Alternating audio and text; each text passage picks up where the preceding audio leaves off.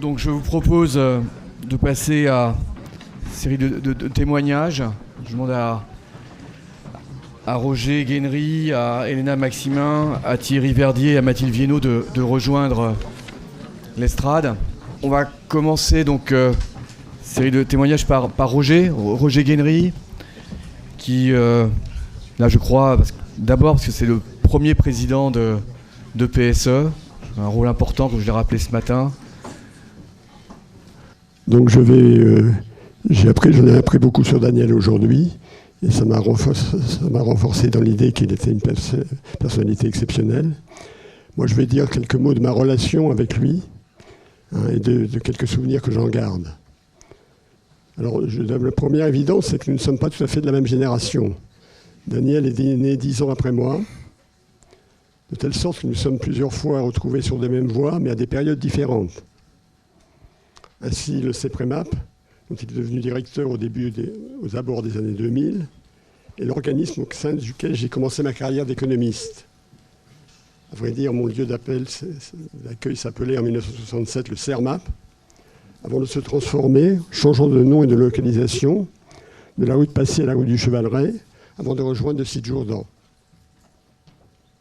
Bien sûr, qui dit passage par le CEPREMAP dit intérêt et concernement pour les questions de politique économique. Mais les sujets ont beaucoup varié entre les années 70 et aujourd'hui. Et Daniel, qui est aussi passé par le CEPIR, a beaucoup plus écrit que moi dans cette rubrique, qui a été beaucoup plus centrale dans sa production intellectuelle. Ce qui n'exclut pas quelques rencontres. Je veux en évoquer deux parmi celles qui m'ont laissé des souvenirs agréables. Premier date environ il y a 10 ans. Daniel m'avait invité à présenter mes vues sur la politique climatique devant le conseil scientifique de la Fondation Jean Jaurès, dont il était président.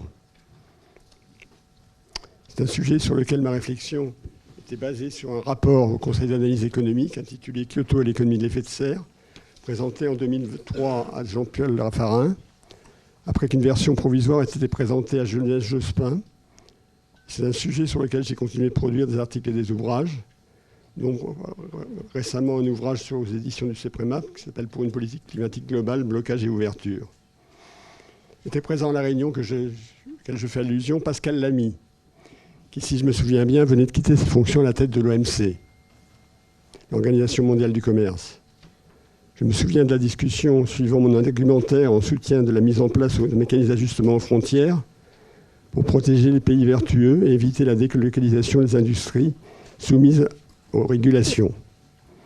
Je me souviens des discussions avec Daniel ensuite sur les réactions de Pascal Lamy, réactions embarrassées, tant il est vrai que ce n'est pas aussi surprenant, tant il est vrai qu'un patron de l'OMC peut difficilement trouver justifié des entraves au commerce international. Deuxième souvenir d'interaction sur la politique économique, Daniel et moi avions été invités, avec 2 autres économistes, à participer à un débat ouvert au public qui se tenait à Rennes et portait sur les mérites de la mondialisation. Ce débat faisait se rencontrer des arguments théoriques, par exemple ceux tirés des 2 articles théoriques que j'avais produits sur le sujet, et le regard plus sensible à la dimension politique que portait Daniel sur le problème. J'ai aussi constaté à ce moment-là la grande qualité de son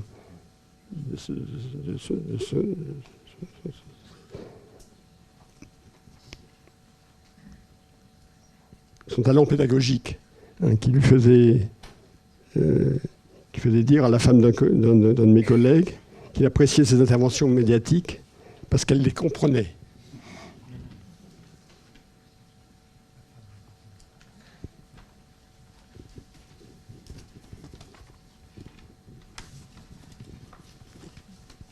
Après, ces coups de projecteur sur nos interactions en matière de politique économique, c'est sur le plan institutionnel que nous avons fait beaucoup de chemin ensemble. Moi qui venais de l'école des hautes études en sciences sociales, et lui qui a toujours interagi et resté en contact étroit avec l'école normale. En 1988 était créé le Delta, par François Bourguignon et moi-même, qui resterons à la tête un certain temps, qui regroupait le centre de recherche de l'école des hautes études en sciences sociales, CEQC, et le laboratoire d'économie politique de l'école normale supérieure. Le Delta viendra, puis sera rejoint sur le campus Jourdan par le CEPREMAP, l'INRA, le CERA, ce centre de l'NPC, donnant naissance à une unité de recherche Paris-Jourdain sciences économiques, à la Fédération Paris-Jourdain, que je contribue à créer en 2002 et ouvrant la porte à l'École d'économie de Paris. C'est entre 2004 et 2006 que le projet prend forme et que se déploient les efforts pour sa concrétisation en associant l'Université de Paris 1. Un obstacle juridique, cependant, doit être levé. L'entité ne peut exister que sous une forme à créer, la Fondation de coopération scientifique, concept mis en exergue par un décret d'avril 2006, précédant de 6 mois la naissance de Paris School of Economics. Je dois dire ici que l'existence de ce décret doit beaucoup à l'activité à l'entre-gens et à la capacité de persuasion de cabinets ministériels de plusieurs de mes collègues, en particulier à l'activité de Daniel et de Thomas. Le 21 décembre 2006, la Fondation d'École économique de Paris est créée. 2 jours après, le 23 décembre, est le premier conseil d'administration. Il se réunit, me nomme président, puis Daniel est choisi comme premier vice-président et trésorier, tandis que Antoine Dautume devient second vice-président, qui était à l'Université de Paris 1. C'est immédiatement après que je propose la nomination de Thomas Piketty comme directeur, proposition approuvée à l'unanimité.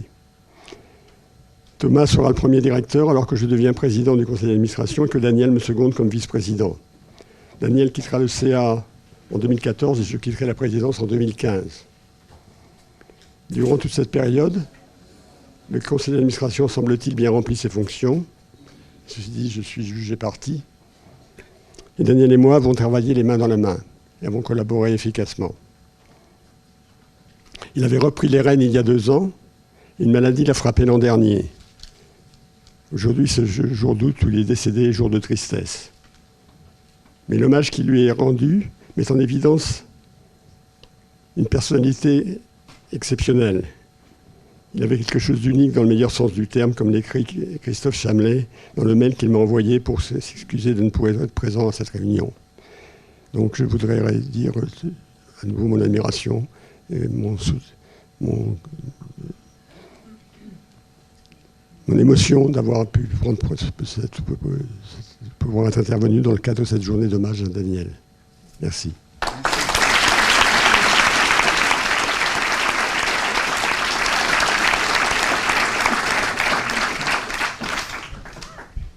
Merci Roger. Je vais passer donc la parole maintenant à Elena Maximin, qui est collaboratrice à la revue Le Grand Continent. Merci. Oui, on m'entend bien, c'est bon. Parfait. Oui, déjà merci beaucoup pour cette invitation et peut-être que je représente ici le dernier tiers de ces générations, ces 32 générations que Maya Bakache évoquait, qui sont un chiffre absolument impressionnant. Et donc oui, ces jeunes élèves dont on est beaucoup à être dans la salle aujourd'hui et à avoir été portés ces toutes dernières années, par Daniel Cohen, par énormément de biais différents.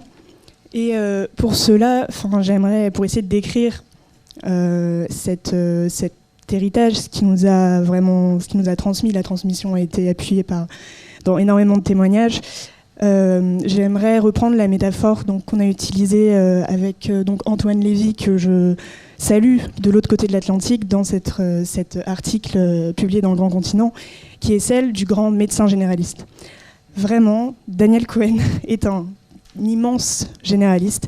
À la fois, on pense immédiatement au contenu de sa pensée, au contenu de ses travaux, mais aussi dans son humanité, dans donc son érudition, sa pensée, mais son talent pour les diagnostics précis, jamais plaqués, et évidemment sa générosité immense qu'on n'évoquera jamais assez. Donc en tant que tuteur, quand on se pose des questions plus ou moins existentielles et qu'on va le voir dans son bureau pour se dire que faire, qu'est-ce qu'on fait, que ce soit sur le plan de l'orientation, que ce soit sur l'avenir du département, que ce soit sur les cours d'économie, que ce soit sur tous les sujets, vraiment, on rencontrait une oreille à la fois attentive, intelligente et absolument rassérénante dans ce genre de moment que tout étudiant peut traverser, évidemment. Donc pour un économiste, encore une fois, dans ce qu'on évoquait et ce qui m'est tout de suite venu quand il s'est agi d'écrire l'héritage ou d'écrire un hommage aussi rapidement à la suite de cette annonce qui nous a tous pris par surprise, choqués.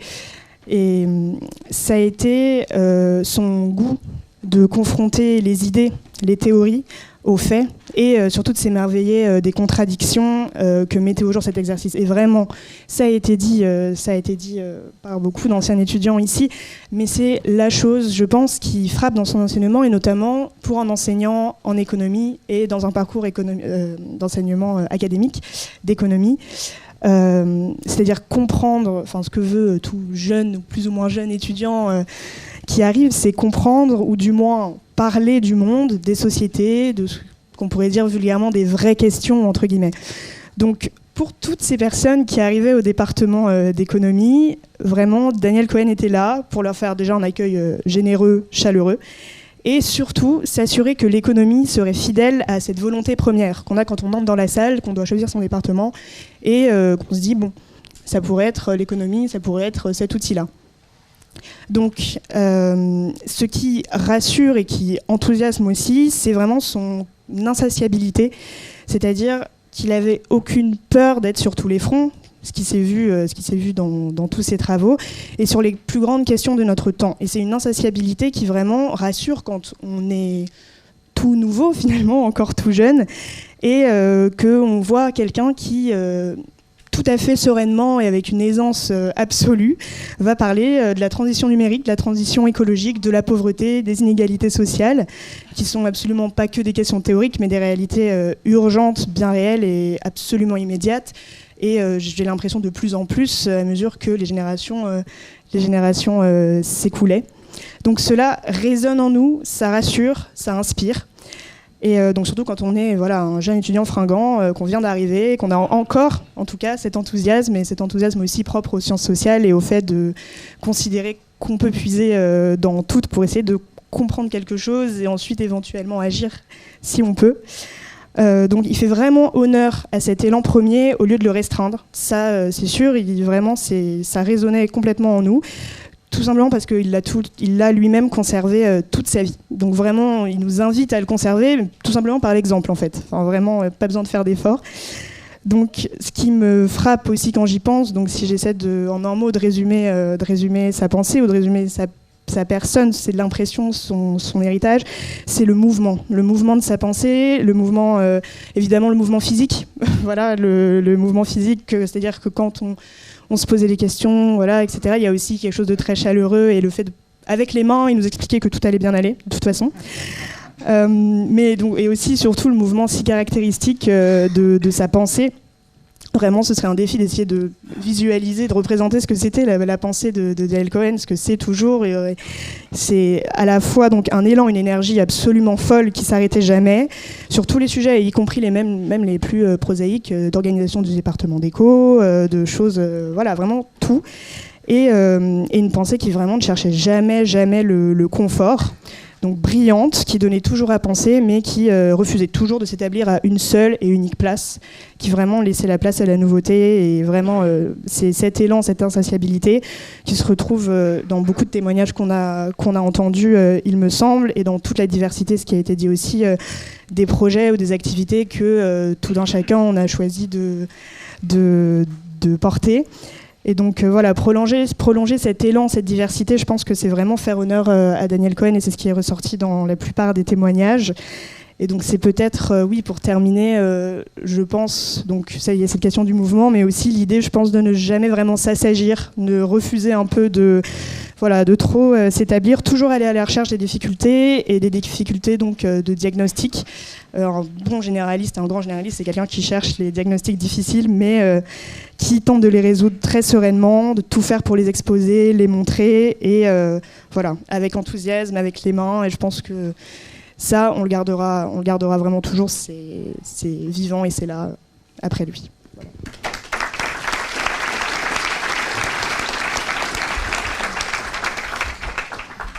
Merci beaucoup. J'ai passé la parole à Thierry. C'est extrêmement gênant, mais simplement pour dire Thierry et Mathilde, sur un temps restreint. Je suis vraiment désolé de vous le dire. Oui. Bon, mais Thierry, donc, vous m'entendez ? Oui. Donc oui, je suis très heureux d'être ici pour partager ce moment avec vous. Beaucoup de choses ont été dites à propos de Daniel, sur ses qualités, sur son enthousiasme, sur tout ce que nous lui devons, individuellement et collectivement. Alors comme le dit Jean-Olivier, je vais me limiter juste à 2 points. 2 points qui m'ont toujours fasciné chez Daniel. Alors un, on l'a déjà beaucoup répété, c'était son extraordinaire enthousiasme pour l'échange intellectuel, toujours dans une atmosphère bienveillante et chaleureuse. On n'a peut-être pas mentionné quelque chose qui, à mon avis, est très important par rapport à moi en tant qu'économiste. Généralement, on décrit l'économie comme la discipline lugubre, de dismal science. Daniel en faisait une discipline joyeuse et pétillante, et humaine. C'était quelque chose qui était merveilleux. Chaque fois, quand j'allais dans son bureau, c'était un plaisir renouvelé. On pouvait discuter de tout, une liberté de penser, une liberté de conception, une liberté de parler de n'importe quel problème qui venait à l'esprit, académique, institutionnel, humain. C'était dans son bureau, soit rue du Chevaleret, au CEPREMAP, soit à l'école normale, soit ici sur le site Jourdan. Parfois, c'était aussi au Chinchin, le restaurant en bas, près du parc Montsouris. Et là, malgré le fait qu'il prenait toujours une salade avec des croûtons, je ne comprenais pas pourquoi la salade aux croûtons, mais bon, la conversation était toujours éclairée par sa pensée. Le deuxième, c'était, et là c'est vraiment d'un point de vue d'économiste, qui m'a toujours fasciné chez Daniel, c'était son éclatante capacité à faire jaillir des intuitions fulgurantes sur les mécanismes économiques et sociaux. Alors j'ai mentionné juste une anecdote qui m'est arrivée avec lui il y a très longtemps. Je connais Daniel depuis 34 ans. Et c'était au début des années 90. J'étais un jeune étudiant terminant ma thèse. Je travaillais avec lui sur les problèmes de dette internationale, dette souveraine et réduction de dette. Et il y avait cette question de est-ce que les pays devaient racheter leurs dettes sur les marchés secondaires ? La dette était complètement décotée, ces pays étaient en difficulté de paiement, donc le prix sur le marché secondaire était très nettement en dessous de leur valeur faciale. Il y avait ce débat qui rageait. Il y avait des ténors du domaine, Paul Krugman, Kenneth Rogoff, Jérémy Bulot, Jeff Sachs. Et à la fin, pour faire court, eh bien, le débat était arrivé à un consensus qui était non. Il n'était pas dans l'intérêt de ces pays d'utiliser le maigre argent qu'ils avaient, reçu par les institutions internationales ou même par leur propre épargne, pour essayer de profiter de la décote sur les marchés secondaires. En effet, pour ceux qui sont économistes, immédiatement, vous savez que si le pays achète sa dette, alors il aura moins de problèmes pour rembourser dans le futur. Et donc, le prix de la dette augmente et efface complètement la décote promise. Et un jour, Daniel vient me voir, avec son regard pétillant et son sourire en coin. Et il me dit « mais si, parfois c'est profitable pour les pays de faire cela. D'ailleurs, ils l'ont fait dans le passé, dans les années 30. Le Pérou l'a fait. Et d'ailleurs, je suis certain qu'ils sont en train de le faire maintenant. Il suffit qu'ils rachètent la dette secrètement, par le biais d'intermédiaires financiers, véreux ou collusifs. Et là, ça marche. » Et moi, je le regarde un peu ébahi et je lui dis « Mais attends, les marchés financiers ne sont pas si stupides. Ils vont anticiper que c'est possible, même s'ils n'observent pas la transaction. » Et là, il me dit « Oui, mais je crois que si ils achètent suffisamment, mais pas trop, alors ça marche. » Et comme toujours avec Daniel, quand il y avait une intuition brillante, eh bien, il fallait la passer à travers le filtre d'une analyse scientifique rigoureuse et pertinente. Et donc, moi, jeune étudiant, je me suis attelé avec lui dans le bureau, avec toujours l'effusion de pensées partant dans tous les sens, à construire un modèle, un cadre formel, permettant de comprendre quand et sous quelles circonstances cette dette pouvait être achetée secrètement par les pays. Et nous avons trouvé, en effet, des conditions sous lesquelles ça pouvait exister. Et l'article a été publié, d'ailleurs, et par rapport à ce que disait Esther et puis Philippe ce matin, eh bien, il a été publié dans une bonne revue académique. Donc Daniel pouvait en effet tout à fait publier dans les bonnes revues académiques s'il le désirait. Mais le point de l'histoire, c'est que quelques années plus tard, l'intuition géniale de Daniel s'est trouvée totalement confirmée par les faits. En effet, au moment du Brady Plan, qui était un plan d'action subventionné quelque part par le Fonds monétaire international et le gouvernement américain pour arriver à faire réduire la dette des pays en voie de développement, par des mécanismes plus ou moins subtils de rachat de dette, eh bien, quand c'est arrivé autour du Mexique et qu'on a mis sur la table ce qu'il y avait à négocier, on s'est aperçu que 8 milliards de dollars manquaient. Et sur à peu près 50 milliards du package. Donc c'était pas négligeable. Et alors, ce qui s'était passé, bien évidemment, c'était que le Mexique avait racheté secrètement une partie de sa dette. Ah ah ah. Tout ça pour dire que, et oui, les intuitions de Daniel étaient très souvent géniales, pertinentes et brillantes sur le monde socio-économique. Malheureusement, ces intuitions vont nous manquer maintenant. Elles me manquent. Mais je pense très sérieusement, et j'en suis convaincu, qu'elles vont toujours nous inspirer, que ce soit pour moi actuellement et pour toutes les générations d'économistes à venir. Voilà, j'ai été court.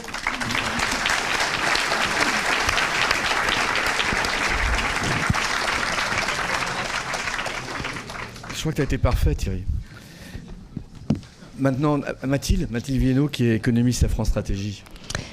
Merci beaucoup. Et je voulais aussi tout d'abord remercier l'ensemble des élèves qui ont contribué à ce que je vais dire maintenant. En fait, cet hommage est aussi le leur.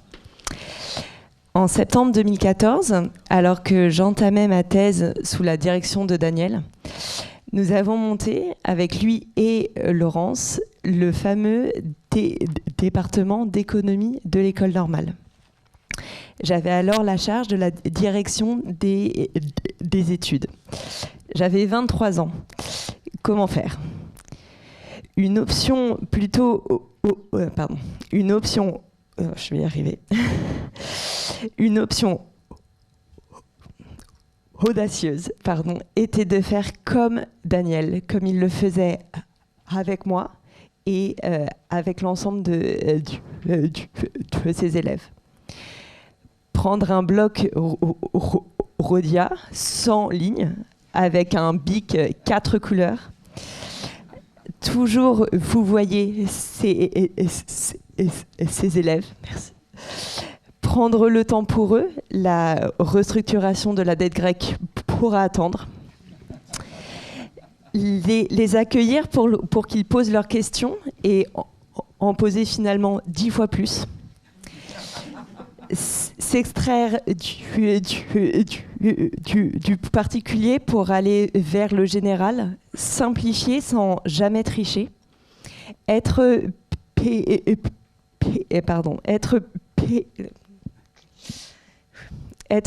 pédagogue, oui, mais aussi toujours exiger une épaisseur scientifique, académique et même sociale. Ne décrocher au téléphone que lorsque l'écran affiche Pauline, et puis du coup ne plus être disponible dans l'heure qui suit. Donner des conseils de lecture totalement inattendus.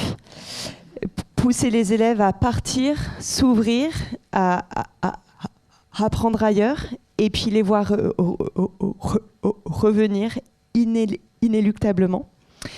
Les confronter au réel et aux pratiques, ou ouvrir son carnet d'adresses, défendre leur choix, défendre l'enseignement, monter au créneau et les convaincre que leur parole vaut tout autre et même égale à la sienne, même en fait si elle est un peu hachée.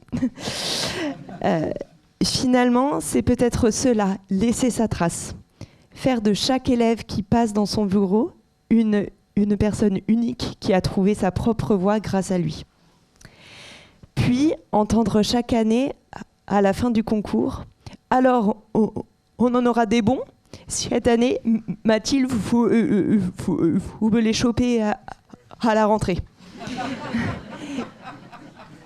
Et c'est ainsi que sont arrivés Charles, Linus, Nicolas, Antoine, Jean-Baptiste, Raphaël, Maëlys, David, et puis tous les autres.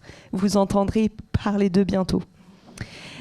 Alors, tous les soirs, en rentrant chez moi, après 1 heure à parler commande de sandwich pour le séminaire économie pratique, à venir de Pauline ou accessoirement risque souverain, je me demandais quelle bonne étoile avait pu me mettre sur son chemin. La sienne, c'est évident maintenant.